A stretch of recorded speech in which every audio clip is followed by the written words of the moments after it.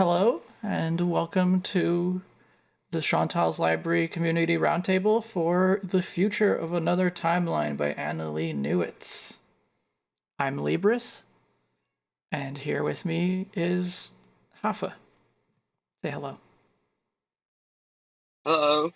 Hello. First time. Sorry? First time. Is it your first time actually participating in one of these?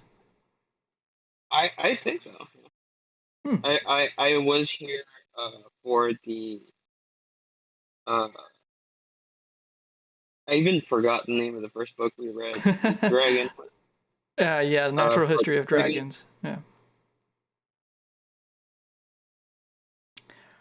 Um, all right, so I was the one who suggested this book, and basically I originally picked it up at a bookstore a few years ago, and like basically just based on the cover and the description of the book, it seemed interesting. I decided to give it a shot.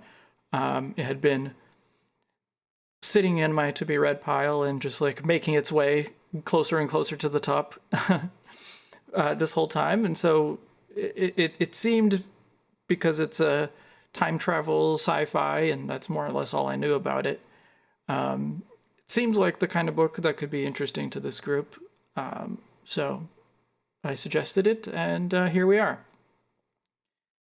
So I didn't really know much about this book before reading it, aside from just what's on the jacket copy. But I was very pleasantly surprised overall. I had a lot of fun reading this. How did you feel about it just going in? Um kind kind of mixed, I'd say. At the end I did like it. When I finished reading it. But during my experience of reading it, uh it was pretty much mixed. Because there were moments I was like, I don't care about this part in specific. Maybe because I do not read much sci-fi. I have to admit. So I don't know if maybe that was it. I don't have much experience, so I can't say. Maybe I have to read more to say if that type of story may Mm-hmm. not interest me. Maybe not in book form. Uh, or maybe like I think I talked about this on chapter by chapter or part by part discussion in Mm-hmm. the group. The writing style is not my favorite too. It's kind of a little bit too sober. I do like a little bit more when the writing is goes on a little more on the character feelings uh, and even more like a description. Uh, and it goes a little bit too much to the point. I see. I liking, but uh, the problem I had, it was more to the middle of it, was that maybe we can get there if, later if you want to more. It was that I was more the book. It switches point of views between Mm-hmm. Yep. Tess and Beth, and they are the two different time, not timelines, but two different time periods. Um, Yeah. and I was kind of more interested in one of the point of views than the other. So Right. Yeah. Yeah. when I was reading Tessa's point of view, I was like, I want to go back to read Beth's point of view. Mm. Yeah. Yeah. I think I also enjoyed Beth's point of view a little bit more I think it just felt more exciting that, like, there was the mystery to it of what happened, and like, because we know a little bit about how things end up. Like, at first we don't know what the relation is between the two characters, the 2 points of view, but because Tess comes from essentially the future, something like 20 or so years down the line. So like, we have an idea of where things end up, and I like when we're reading Beth's point of view, it's just like, how do we get from this to that? And maybe also just the teenage friendship drama is a little bit more compelling. But I did enjoy Tess's point of view as well. The teenage, it actually took me a while to get into the teenage drama. Okay. Because when the first part of the teenage drama, which was like her falling in love with the boy, I forgot his name. And Hamish? that was a whole... What? Sorry? I think his name was Hamish. Oh. I think in my head, I never read his name. Hamid with a D. Yeah, I found it. Yeah. Maybe that's why I was not. That whole chapter, I was like, I hated. I was like, while I was reading the chapter, I was like, I hate this. But then there was a purpose to that whole thing. I was like, oh, I understand what she's doing here. Right. But while I was reading, I was kind of But then, yeah. But it was not the teenage drama. It was more about the exploration of a character that's going through some rough. Can I swear? By the way. Yeah, I think that's fine. Yeah. Okay. Some rough shit. Because and I like also how she explores the author explores the abuse and because it's an abusive it's an abusive type of relationship with her parents. But even if we do have a more physical abuse that happened once, revealed towards the end of the book, it's way more of a emotional and psychological abuse that what their parents and mostly her father do her. And I think we can actually see it very well. And that's what I think was very compelling to me, and actually made at least me understand a lot the decisions of the character. Like, made her keep being friends with Lizzie after Tess warned her about herself, basically. Yeah. Yeah. The whole treatment of the abusive parents, it was very nuanced. It felt very accurate to like how the teenager who's basically never known a different life would just kind of suffer through it, and it's just like, oh, this is normal, basically, right? Yeah. and it takes a lot of convincing to for her to understand that it's not normal. And I don't know if you had like if you read any reviews about this book. I have Uh, not actually. I saw one review. I think on YouTube. I don't remember who it was, and at the time it was like I kind of understand it, but after I finished the book, I was like, I totally disagree with you.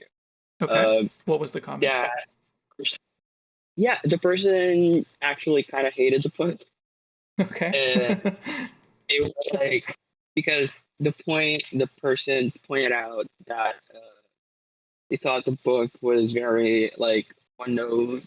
Uh, the villains were like very cartoonish and very not nuanced at all. Very one note, not like one sided, not three dimensional at all. Like Right.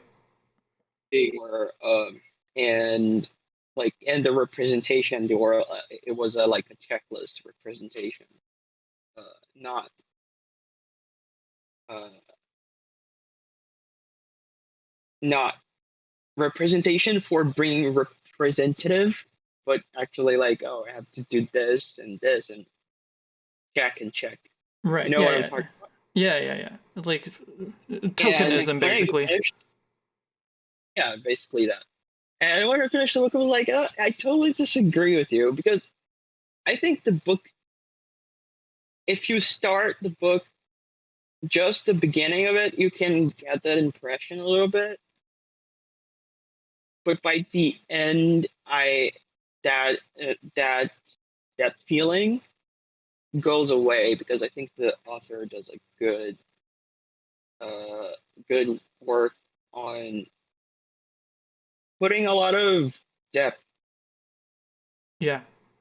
to the characters, even to the villains. Because yeah, like the villains, we have like some villains that we do not see some development at all. But like, yeah, we have some real people that honestly I can see real people on those villains. They were real people, Right. but They, like they they do kind of feel like caricatures in the sense that we we don't get to know those people really, and maybe that would have been beneficial to the story, but that yeah, that doesn't mean that they didn't feel realistic. yeah, they felt actually very realistic to me at least. Even more like if you the period of time I am living now, which is like election not year election month, Mm-hmm. uh, and things are going crazy. Yeah, Yeah, it no, feels like very weird. mm-hmm. And the book was released just before the pandemic, basically. Um, Yeah, I think it was 2019, right? yeah, and so like the parallels aren't meant to be like completely modern, even though a lot of it takes place in 2022 or 2021, whatever it was. It was like near future, but um, there's a lot of the discourse around like women's rights and that kind of thing feels very modern. Like it, I mean, it's been going on since at least the Trump years, right? But it feels like, especially in now the last 4 years, maybe, that it's really ramped up. So it definitely felt very topical, and so the kinds of villains, or the kinds of characters that the villains are, even though they're not super deep, they really match up very well to some of the ideologies that we see on the far right today. I'm super sad because I made a bunch of notes, but I think I lost them because Oh. I thought Kindle save even if you deleted the book, Mm, but I'm not gonna lie. So yeah, I don't know. I don't use a Kindle, but well, that's too bad. What did you think of the time travel mechanics? Like this was something that I was uh, aware of going in that I might have a problem with because I'm very specific. I'm very particular about my time travel, and this was a time travel book, and I was like, what are the chances that they're going to do it well? So I'm just, before I tell you all of my kind of complex thoughts about it, I was wondering how you felt about it. no, uh, I basically did it because I I basically these type of stuff I do not tend to understand right away. Maybe sometimes, like if I'm rereading something, I try to understand it deeply, but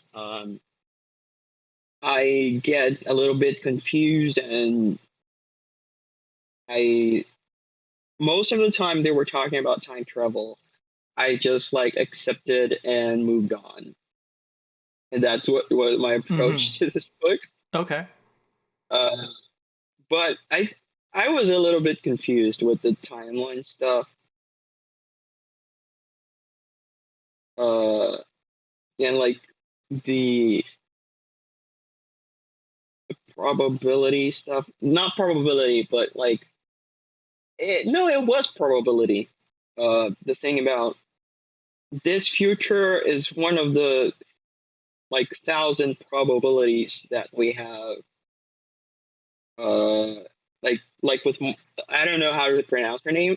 Mortian. That's more or less how I've been pronouncing her name in my head as well. Yeah. Like her future was one of the probabilities or something like that, wasn't it? Well, more or less, because it actually happened, right? Like she came from that future, so it did, in fact, happen uh, at some point.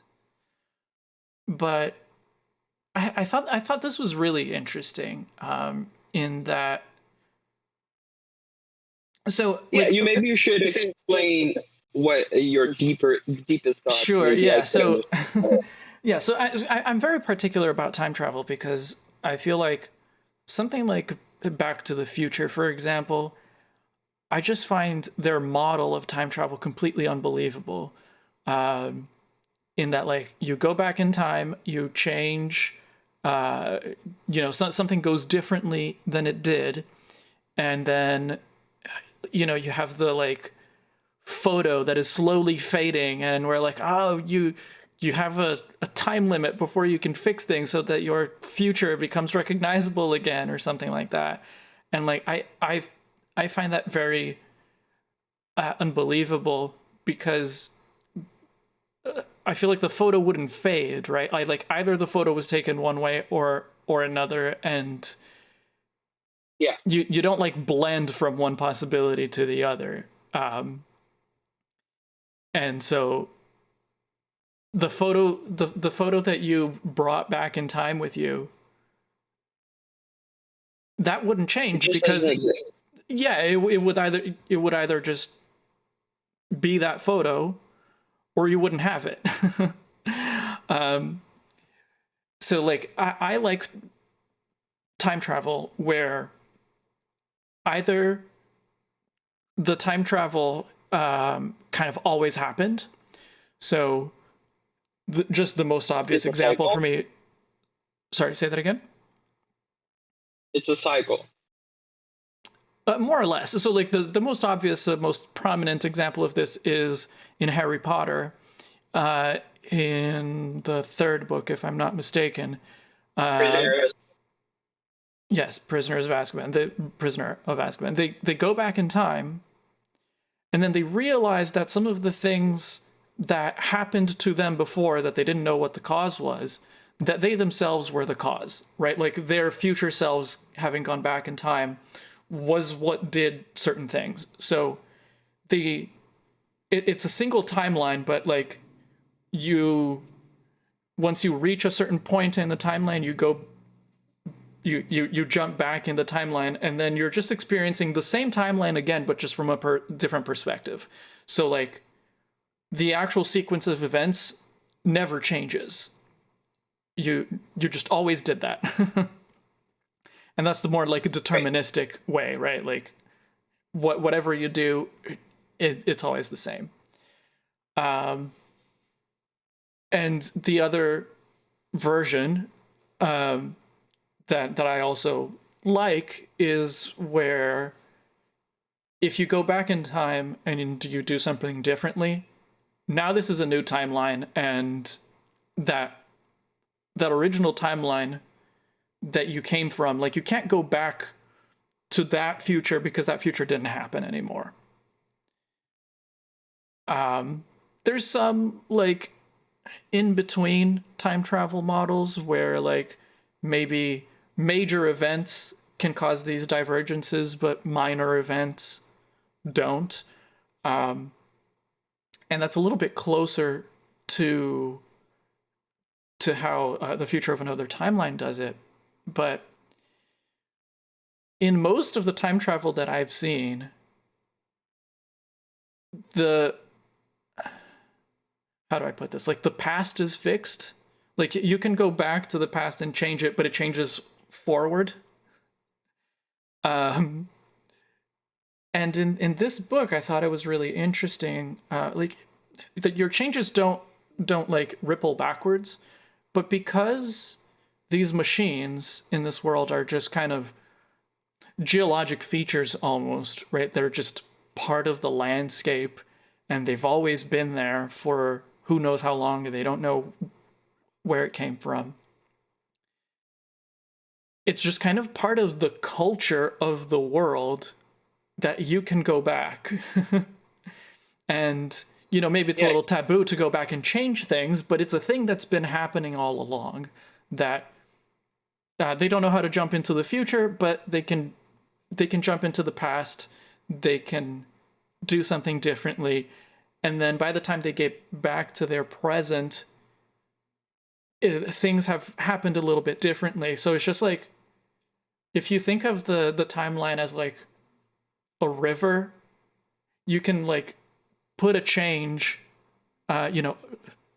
upstream from your present. You can put it upstream from your present, and then when you go back to your present, you'll see the effects of that have,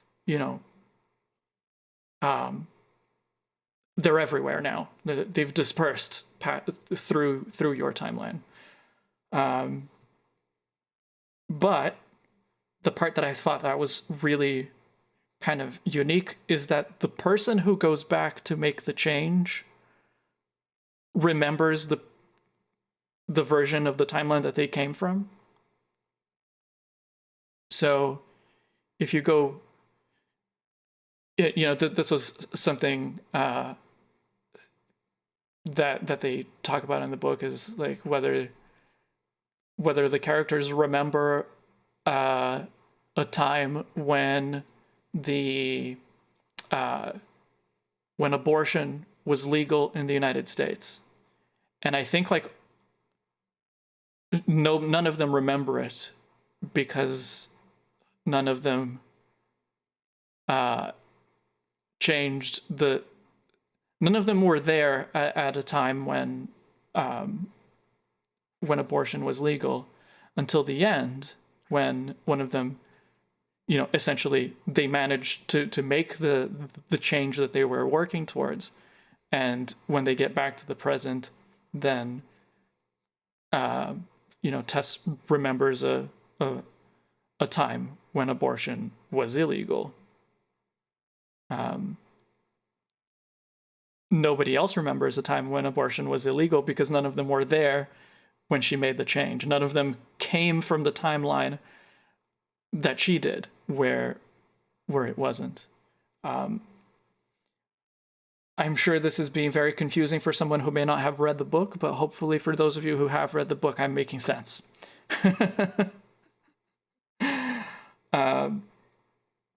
So I was really liking that, like, what you experience up until the point, well, what you experience is what happened to you. But if you go back in time, you can create a new timeline, essentially. And, like, it's not a new timeline because it's the only timeline, but when you jump back to your present, you can see that things are different. So it's kind of like, if you think of the timeline as a river, it's kind of like you can go back and divert the river. So when you go to your present, it's still the same river, but it's in a different place. Does that make sense? Right. So I think that's what happened with Morrison, right? Like, there was a timeline at some point where the Comstalkers were, well, not that they were successful, but that, like, their ideology was successful for centuries, right? Because she comes from something like 500 years in the future. And so, like, at some point, that's where the river ended up. But because Morrison and Tess and the others go back in time and divert the river, if Morrison goes back to her present, or if she did go back to her present, it wouldn't be where she came from anymore, because the river is going to be in a completely different place. Yeah. So like, it's a possibility in the sense that it happened, but it's also not real anymore. Like, it's real for her because she experienced that, but the people who didn't time travel are not going to experience that future. They're going to experience something different. I really liked that. The part that I didn't like. Yeah, no. Okay. The part that I didn't like was that when Tess changes her own past, she experiences those headaches of, like, the split timeline, essentially, in the memories from one timeline and the other timeline. And that didn't make sense to me because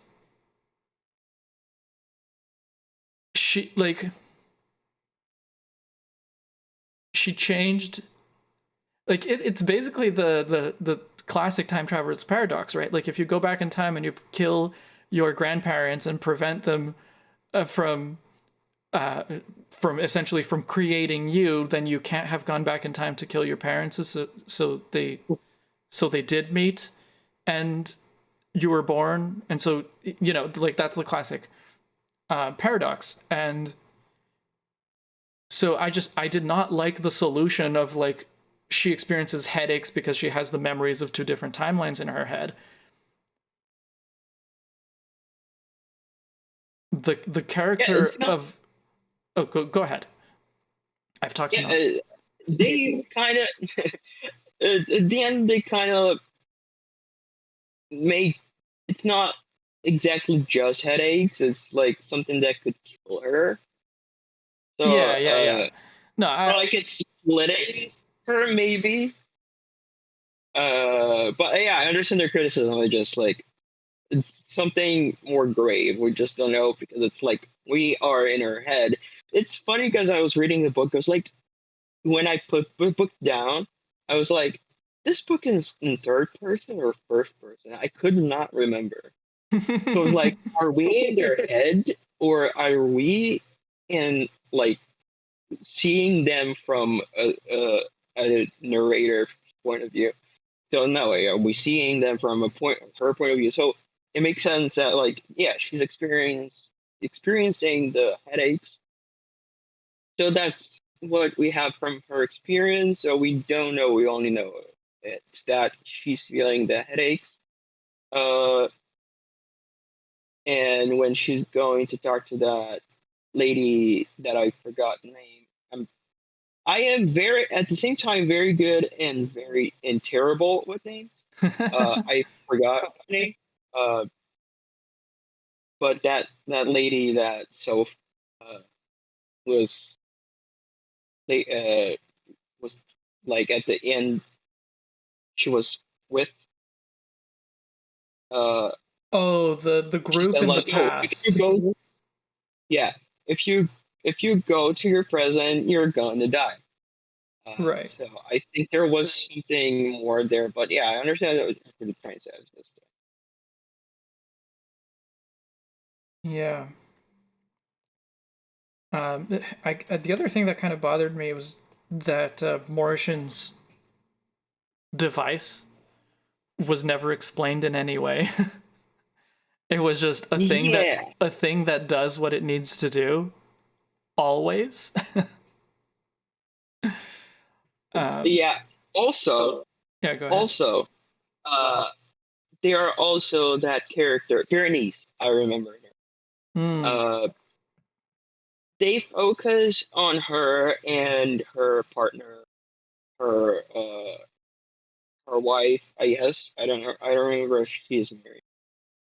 Uh, for a chapter, and then they are forgotten for the rest of the book. Right. That kind of bothered me too.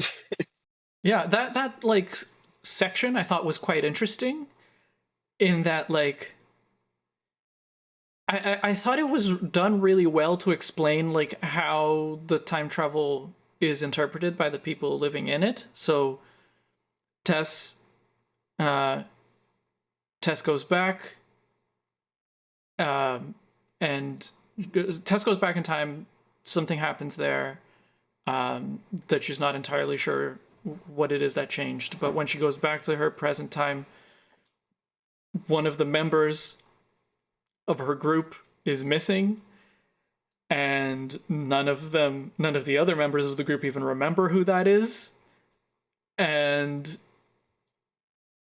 they they have to do some detective work to figure out what happened to her. But then they go back in time again to save her, basically. And when they jump to the future, uh the character whose name I don't remember, the partner who went back in time, Yeah, remembers the timeline when Berenice was dead, but they are also together again in the present. And Berenice doesn't remember the timeline where she was dead because she's alive. also, doesn't she, the partner, doesn't she, when uh she she doesn't kill the other person, the friend, she kills the guy that was gonna kill Bernice. Doesn't she remember a past with Bernice too? No. And she goes to I was I thought she did. I think I remember. I thought I remembered something like that. Like, No. oh, she was remembering. Bernice's partner only has the feeling of something missing, which I guess is one of the ways that like you transition from one timeline to the other is that maybe some feelings remain, um, but no, she goes to her friend who does like insurance work, right? And the friend is just on board because fuck those guys, and not because she remembers. No, no, no, no. I mean, after she kills the friend, kills. Um, uh, Okay, so I mean, the friend who about the was friend. there, the friend who works in insurance and who killed the guy, she would remember No, the yeah, yeah. timeline when Okay. Berenice was dead, or yeah. No, no, no. What I mean is, Okay.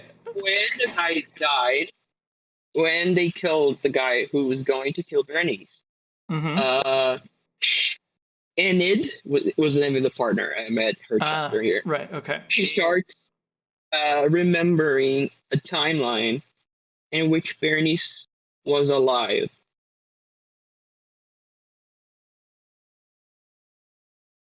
Like she has the two timelines together, but she's still in the past.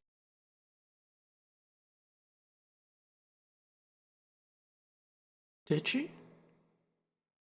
Yeah, I'm reading it right now. Oh, I don't remember that. Uh, Bernice is singing Cherry Bomb, and like she had a great growling voice, and suddenly all I wanted to do was dance. With each pulse of the disco lights, another memory of Berenice Bloom. We met at a daughters meeting in 2020. We shared mojitos afterwards. We always laughed at obscure critical theory jokes with genuine appreciation. We kissed for the first time in Powell Library on the wide sunlit stairway with its, you get it. Yes. She starts Right. to remember. Yeah, that is a good point. That is a little inconsistent, isn't it? Yeah. I just remember this now, and now Yeah, like because in a way, she is like they are changing their own past,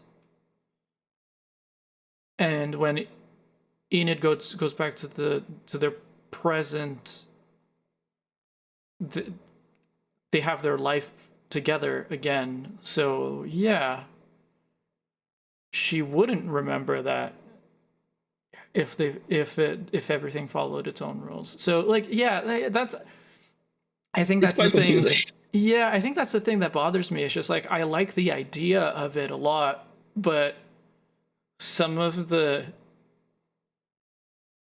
some of the specifics are very unclear, and not just in a way of like we don't understand how these machines work, which that like that part I think is okay, but just in the sense of like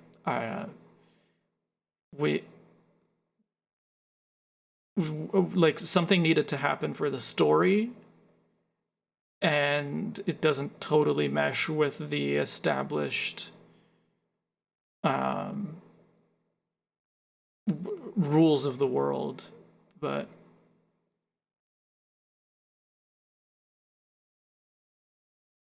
And I think I think the reason the author you were saying like something needed to happen to the story, and I think the reason the author did the splitting thing, the timelines with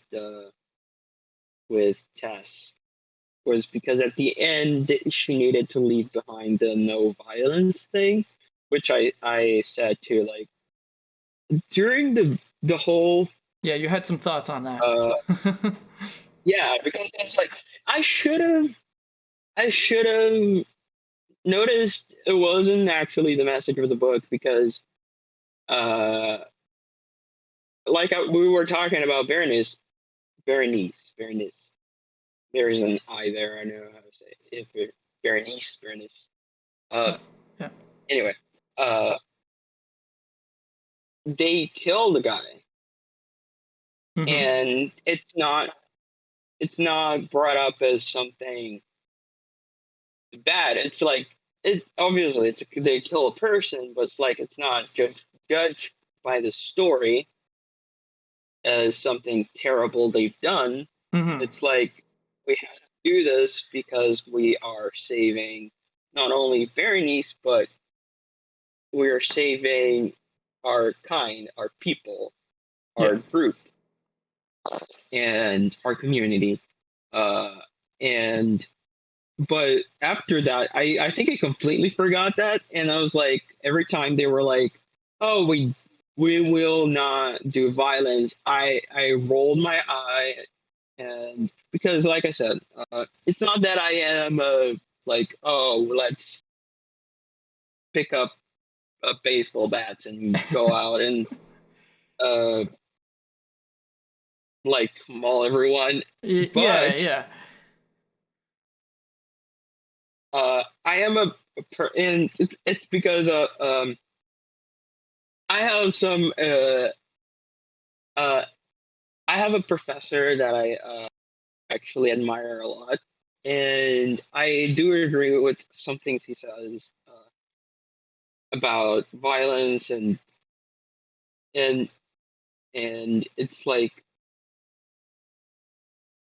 it's not. First of all, okay,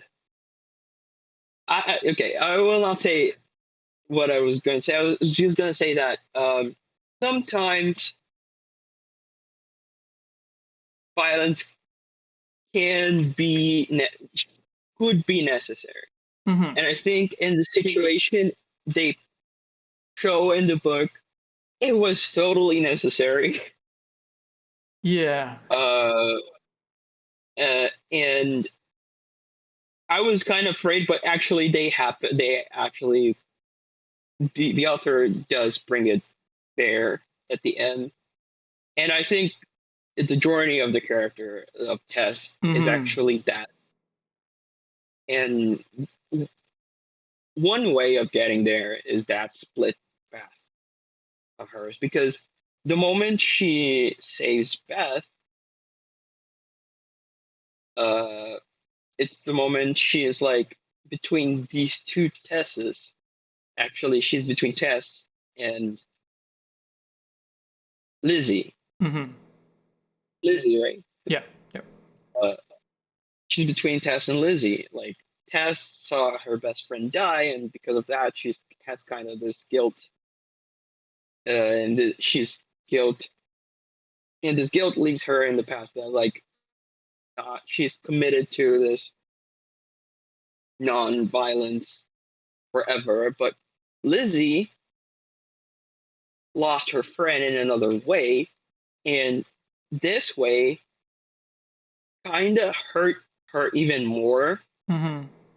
than just uh than the other way, which was like she saw her friend kill herself in front of her, which is like probably was super traumatizing Yeah. for her. But obviously, like we read Beth's point of view, we see what Beth was going through. So uh, that's also something I have to like. We see what Beth was going through, so that uh, the point of the suicide thing in the book Hmm. is not gratuitous. I don't think we see where she the point which would lead her to do that. I think, Yeah. and we also see what led her not to do that. Hmm. Yeah. We like I think that Tessa's aversion to violence um, makes perfect sense for the timeline that she lived through for most of Yeah, her yeah, yeah. life. Um, but but yeah, it does it's like it's what Tess insists on for most of the book, and so that is the perspective that we're getting, but it's not the perspective of the story as a whole of the book, Yeah, right? it's just because I realized that only at the end, Mm-hmm. Yeah. like just because it was like that knot and needed to put in a little beautiful bowl to tie the knot of the bowl. I was like, oh yeah, right. It was not the story. It was just like a character arc for Mm-hmm. Tess. Um, so yeah, and so yeah, the split in between Tess and Lizzie in the same head, let's say, Mm-hmm. it was the pathway for Yeah. that. Let's see. Was there anything else that I wanted to talk about? I guess just like the kind of serendipitous experience of reading this book, because, like I said at the beginning, I just picked it up without really knowing anything, and I picked it up a couple of years ago. Um, it must have been almost brand new when I bought it, but like the book talks about the anarchism movement, and I at the time I knew when I bought the book I knew almost nothing about it, but over the past year or so I've been getting more interested in anarchism, and you know, listening to a history podcast about anarchists and what they did, what their ideas were, and that kind of thing. And then I read the book, and like several of these people that I have heard of now, that 2-3 years ago when I got the book I wouldn't have any idea who they were. Like they're not characters in the I book. Yeah, like they're not exactly characters in the book in the sense of like people that they interact with, but they have a significant role in the ideology and to a degree in the events of the book as well. So I thought that was really just yeah, just serendipitous. You're not familiar with the anarchists? no, no much, to be honest. Well, I recommend the podcast that I've been listening to. Cool people who did cool stuff. Cool people who did cool stuff. I will write it down so I Yeah. won't forget. I do have stuff to talk still. One Oh, thing I sure. have to say about Yeah, go ahead. this book is let me just I am actually writing it down. So. Cool people who did cool stuff. Cool.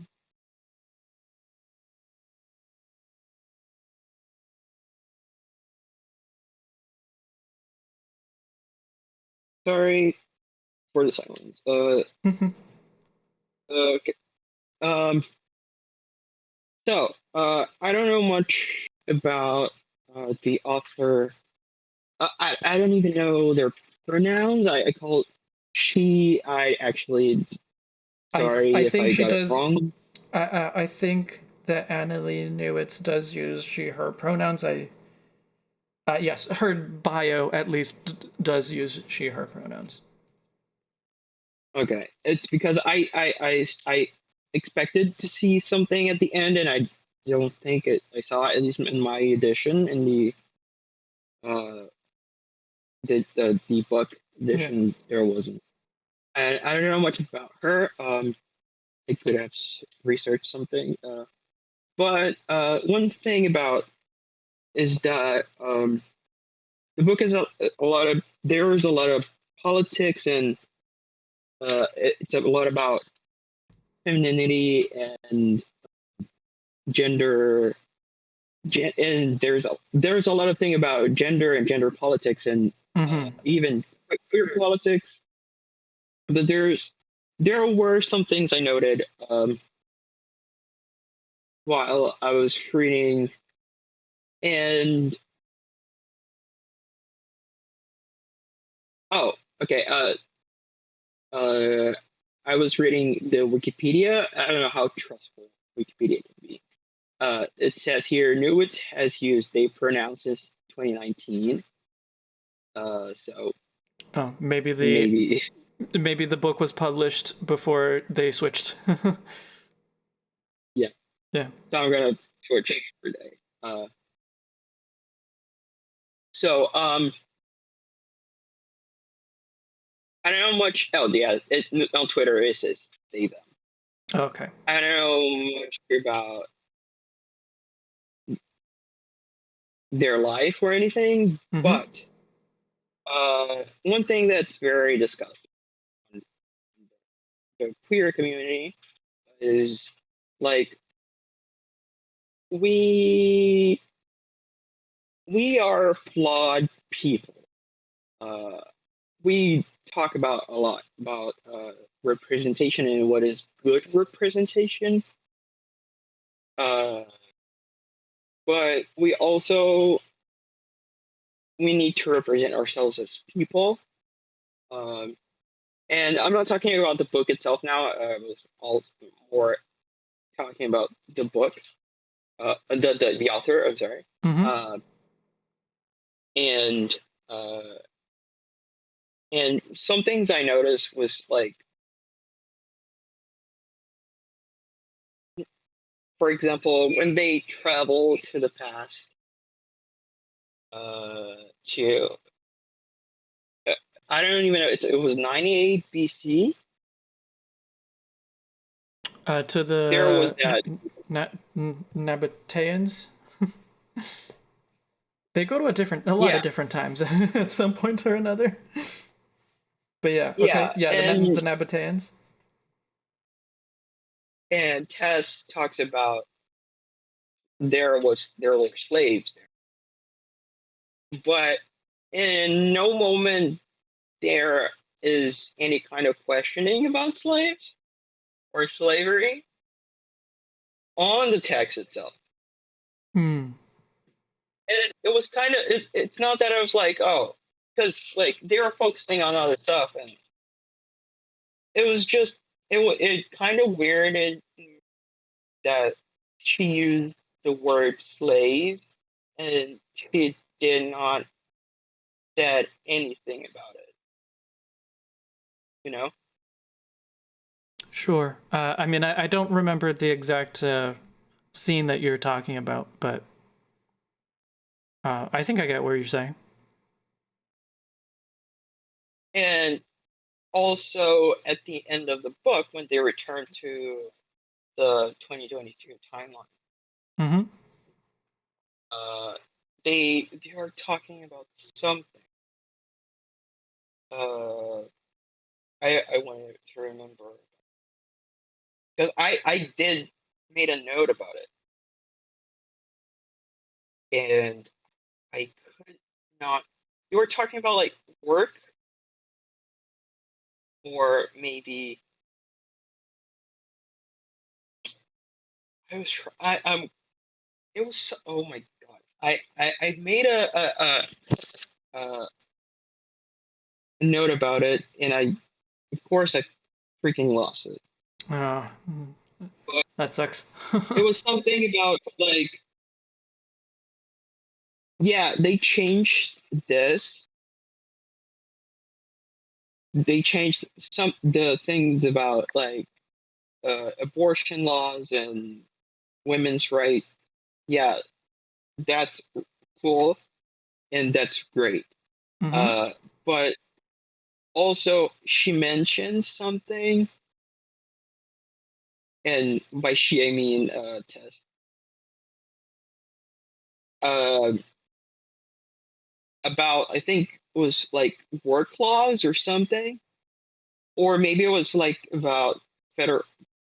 They talk about the U.S. as a whole, and Mm-hmm. I kept thinking, have you not tried to, or have you never thought about changing anything else for another population,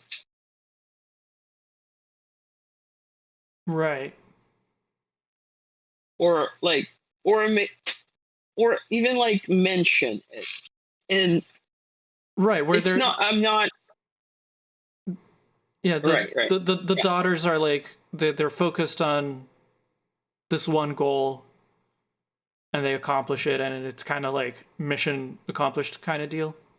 Is that what you're saying? Yeah.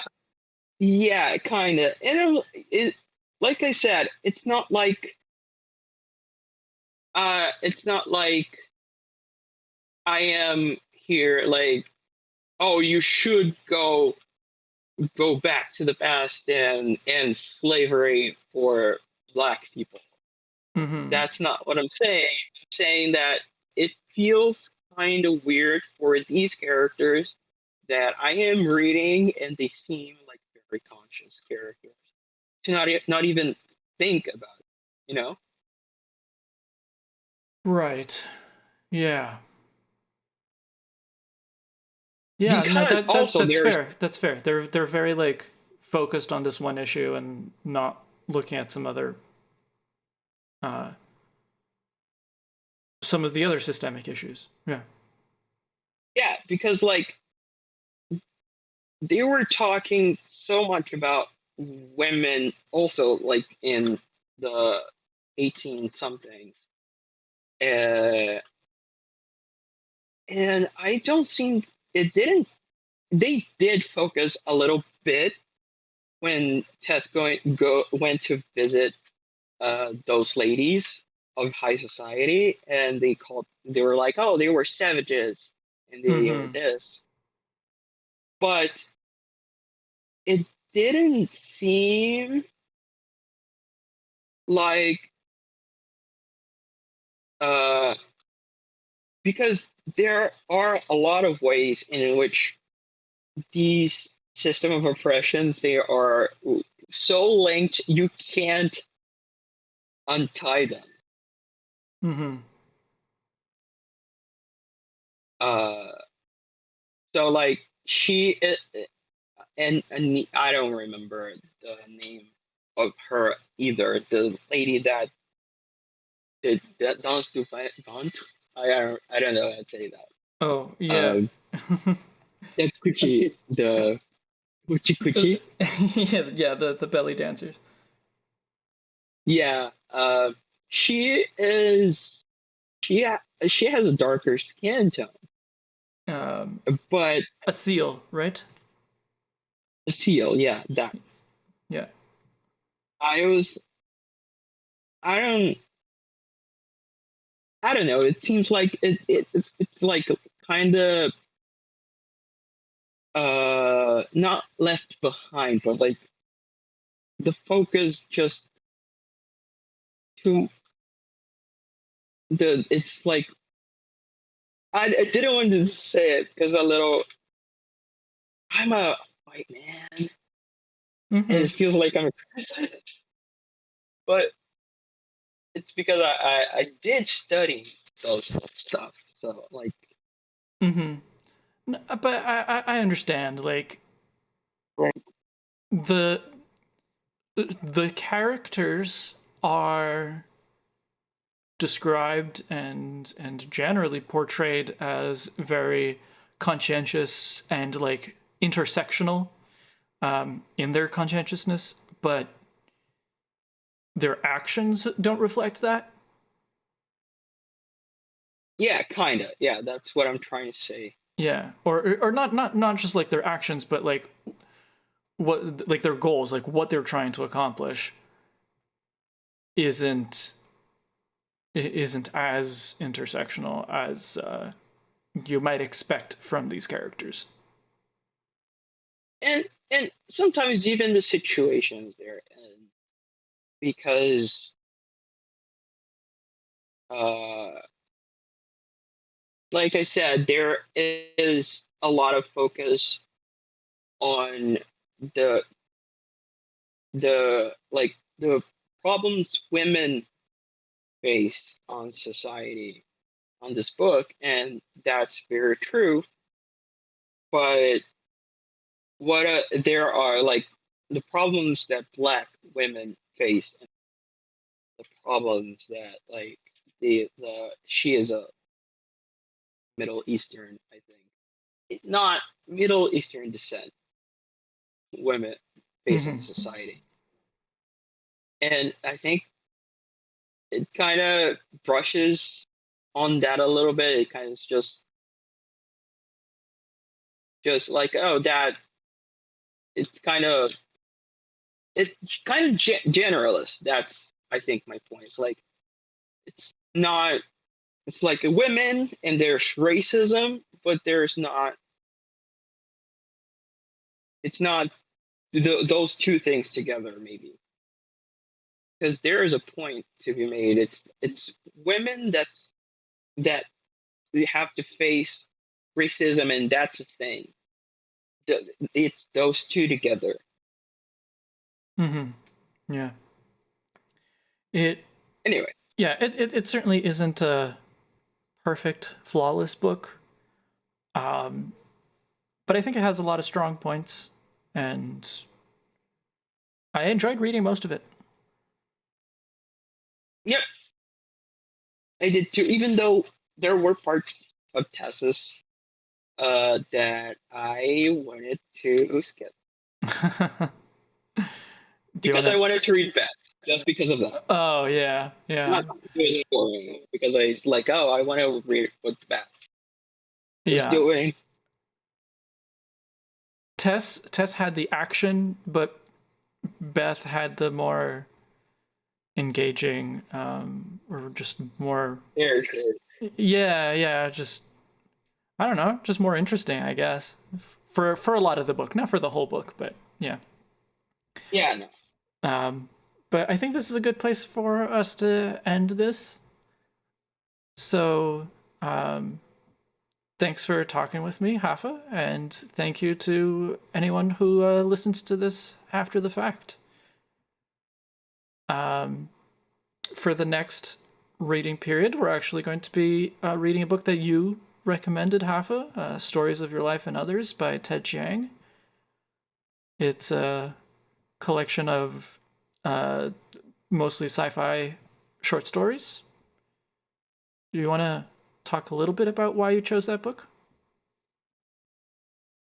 I think I said it was because it's like focused on the people and how weird events change their change their lives out of nowhere, and how that kind of reminds me of Pokemon, because Mm-hmm. things change happen in Pokemon, Yeah. and like like Ground and Kyogre just wake up and start fighting, and people at home are just like, "What the hell is happening here?" Right. Yeah, not every story is like that in the book, but every story is really good. I've read the book twice, and I'll be happy to read it again because like some of my favorite sci-fi short stories are in that book. So I it'll also, because my one of my favorite movies of all time, Arrival, is based on a short story on that book, yeah, so I want to read it. yeah. We should do a movie night and all watch Arrival together somehow. Maybe. Yeah, that would be fun. All I will right. say Oh, go ahead. very, very, very quickly. I was also gonna recommend Frankenstein, because we couldn't do a spooky month thing, and Right. also because YouTube is a Frankenstein kind of thing. Yeah, I I was mean, like, oh, we can, put that in your suggestions for the next period. I'll do it. I haven't read Frankenstein, and I'm sure it would be interesting too. But yeah, Spooky so thanks. engagement. Yeah, so thanks for listening. If anyone who's found this conversation is not already in the Shauntal's Library Discord, you can join us. It's free to join. And the idea is to share books that we think other Pokemon fans are also going to like. But there's no requirement that you participate in the discussions on the server or that you read every book. Even you can use it as a suggestion of a book. I do like it when we can have a more active conversation on the server, but there's no pressure on any individual to be reading and posting or anything like that. So it's been a fun way to discover some books. So Yep. We'll see you again in a couple of months for the next roundtable.